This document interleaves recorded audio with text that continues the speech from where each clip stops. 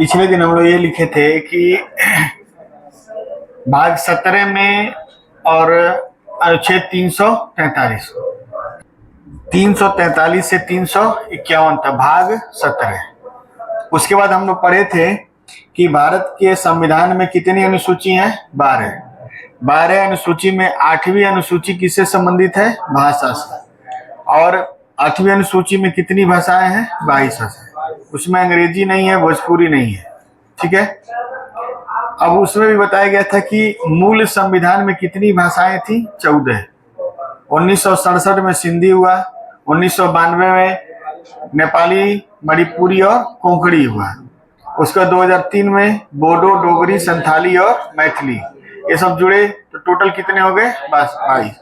अब से 22 साल हो चुका है, अभी तक कोई जोड़ा नहीं गया है। ठीक है। अब देखिए भाषा के आधार पर, ठीक है, ऐसे लिखिए आप थोड़ा। भारतीय संविधान ने, लिखिए, भारतीय संविधान ने 14 सितंबर 1949 ईस्वी को, भारतीय संविधान ने 14 सितंबर 1949 ईस्वी को हिंदी को, भारतीय संविधान ने 14 सितंबर 1949 ईस्वी को हिंदी को राजभाषा के रूप में स्वीकार किया। राजभाषा के रूप में स्वीकार किया 14 सितंबर 1949 ईस्वी।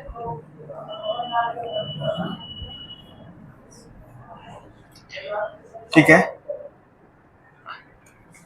14 सितंबर 1949 ईस्वी को शामिल किया गया हिंदी को। किसमें किया गया है? राजभाषा के रूप में संविधान में। संविधान में राजभाषा के रूप में, राजभाषा के रूप में। ठीक है। तो प्रश्न ये है, ये भारतीय संविधान को बनने में कितना समय लगा है? 2 वर्ष 11 माह 18 दिन। 2 साल 11 माह 18 दिन, 67-68 लाख रुपया भी खर्च हुआ उस समय के हिसाब से, बिना मतलब का। ठीक। अधिकतर जो अनुच्छेद थे वो भारत शासन अधिनियम 1935 का जो अधिनियम बना था, भारत शासन अधिनियम, उसी को कॉपी कर लिया गया था। ठीक है। तो 250 अधिनियम तो इसी कॉपी कर लिया गया था, क्योंकि भारत के लोग ऐसे ही जी रहे थे और ऐसे ही जिएंगे, तो उन नियमों को ले लिया गया था, कुछ बदलाव भी किए गए। ठीक। तो भारतीय संविधान आपका बनना शुरू हुआ 9 दिसंबर 1946 से। कब से बनना शुरू हुआ? पहला बैठक 9 दिसंबर 1946। ठीक है। उसके बाद बैठकें होती रही, बनती रहे। 2 साल 11 महीना 18 दिन लगा और 26 नवंबर 1949 को बन के तैयार हो गया। ठीक है। 26 नवंबर 1949 को तैयार हो गया। तो 2 साल 11 महीना 18 दिन में सिर्फ इसी तारीख को चुना गया। 14 तारीख को ही क्यों शामिल किया गया? क्यों नहीं 18 सितंबर को शामिल किया गया? क्यों नहीं 5 सितंबर को शामिल किया गया? हल्ला नहीं, बताइए बुद्धेश जी,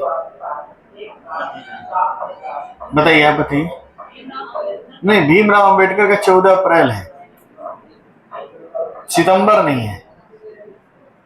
14 सितंबर को राष्ट्र कवि मैथिली शरण गुप्त का क्या है? जन्म दिवस। राष्ट्र कवि मैथिली शरण गुप्त। भारत में इतने सारे कवि हुए, लेकिन मैथिली शरण गुप्त को क्या कहा जाता है? राष्ट्र कवि। क्योंकि उनकी रचनाओं को सुनकर, पढ़ के लोग भारतीय स्वतंत्रता आंदोलन में शामिल हुए हैं। अंग्रेज भी उनसे थोड़े परेशान हो गए थे, थोड़े क्या ज्यादा परेशान हो गए थे। और उनकी एक रचना है जिसका नाम है भारत भारती। भारत भारती रचना पर महात्मा गांधी उनको क्या बोले थे? राष्ट्र कवि। तो मैथिली शरण गुप्त को राष्ट्र कवि का उपाधि कौन दिए थे? महात्मा गांधी। किस रचना पर? भारत भारती रचना पर। तो राष्ट्र कवि मैथिली शरण गुप्त का जन्म दिवस कब है? 14 सितंबर। तो 14 सितंबर 1949 ईस्वी को संविधान में राजभाषा के रूप में शामिल किया गया।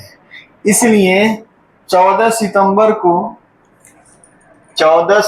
को राष्ट्रीय हिंदी दिवस के रूप में मनाया जाता है। तो हिंदी दिवस कब मनाया जाता है? 14 सितंबर। राष्ट्रीय हिंदी दिवस 14 सितंबर और अंतर्राष्ट्रीय हिंदी दिवस 10 जनवरी।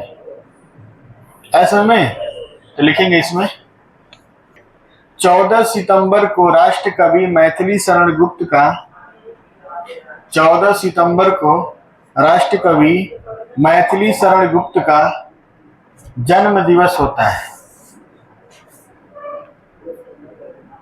14 सितंबर को राष्ट्र कवि मैथिली शरण गुप्त का जन्म दिवस होता है।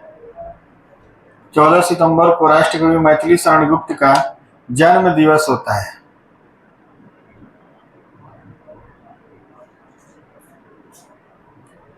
इसलिए 14 सितंबर को प्रत्येक वर्ष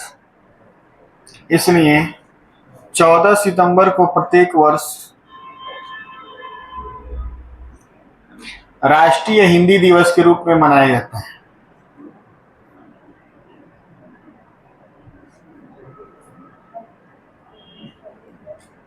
राष्ट्रीय हिंदी दिवस के रूप में मनाया जाता है। लिखेंगे महात्मा गांधी ने मैथिली शरण गुप्त को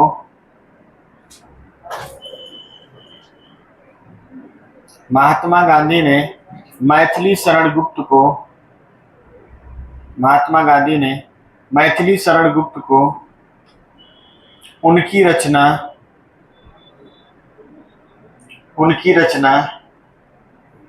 भारत भारती के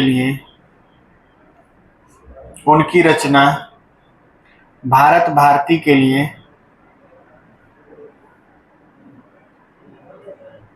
राष्ट्र कवि की उपाधि प्रदान किए थे। राष्ट्र कवि की उपाधि प्रदान किए थे।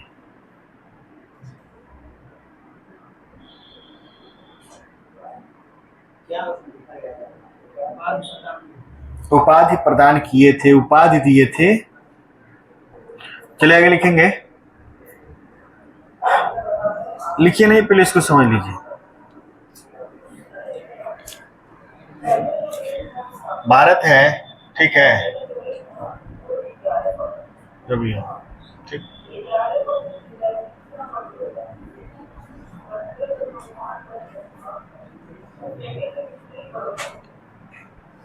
ठीक ना। भारत का एक राज्य है आंध्र प्रदेश और ये तेलंगाना है। ये आंध्र प्रदेश, ये तेलंगाना, ठीक है, और ये तमिलनाडु।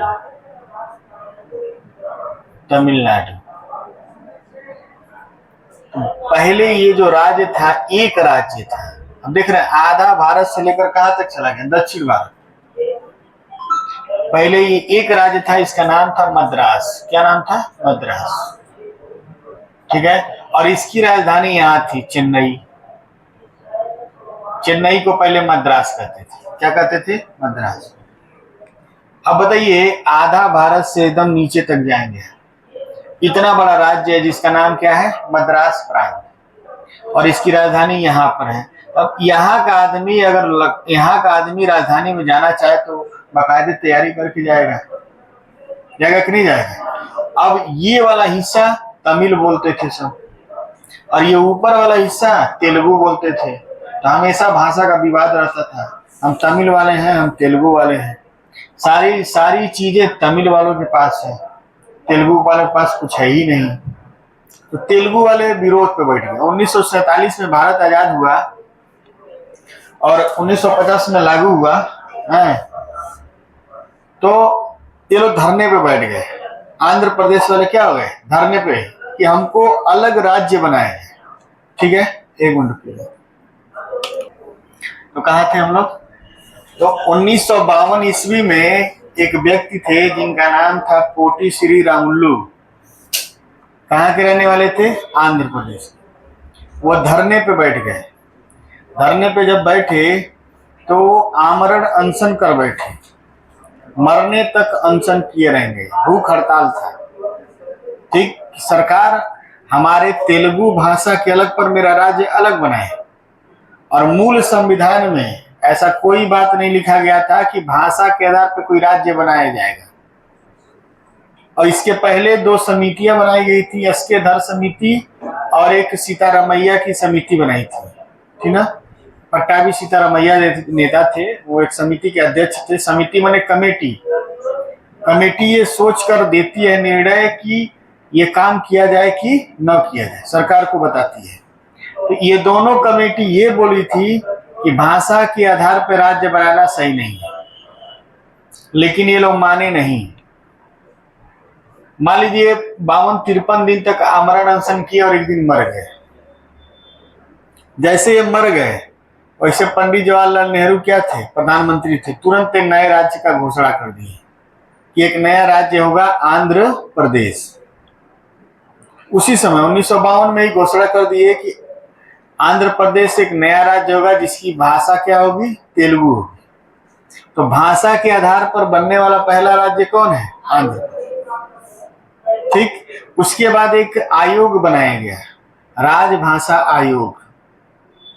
राजभाषा आयोग यह डिसाइड करेगा कि किस भाषा के आधार पर कौन से राज्य का निर्माण होगा। जैसे पंजाबी भाषा के आधार पर पंजाब बना है, ठीक ना, और उसमें जो हिंदी बोलने वाले थे वो हरियाणा में चले आए, गुजराती बोलने वाले गुजरात बनाए, और वहां पे जो मराठी बोलते थे वो महाराष्ट्र बनाए। यानी ये आपका गुजरात और ये महाराष्ट्र, इतना बड़ा जो राज्य था इसका नाम था बम्बई।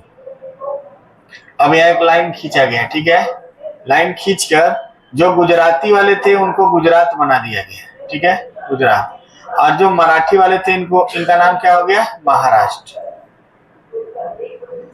तो जब भारत आजाद हुआ था तो भारत में 14 राज्य थे। कितने राज्य थे? 14 राज्य। वर्तमान में कितने राज्य हैं? 28। ठीक ना। तो 1960-61 में, फिर इसी तरह आगे भी बढ़ते हुए 1956 में भी बहुत सारे राज्य बने, 1960-61 में बने।